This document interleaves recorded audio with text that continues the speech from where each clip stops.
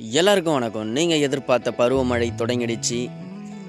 So நம்ம Sekar nursery கார்டனில் கத்திரி, மிளகாய், தக்காளி, கோஸு, காலிஃப்ளவர், பூ நாற்று, புதுசாக வந்திருக்க கரும்பு நாற்று, ஸோ அனைத்து வகையான நாற்றுகளுமே நம்மக்கிட்ட தரமான முறையில் சிறப்பாக வளர்த்து நம்ம டெலிவரி செஞ்சிட்ருக்கோம்.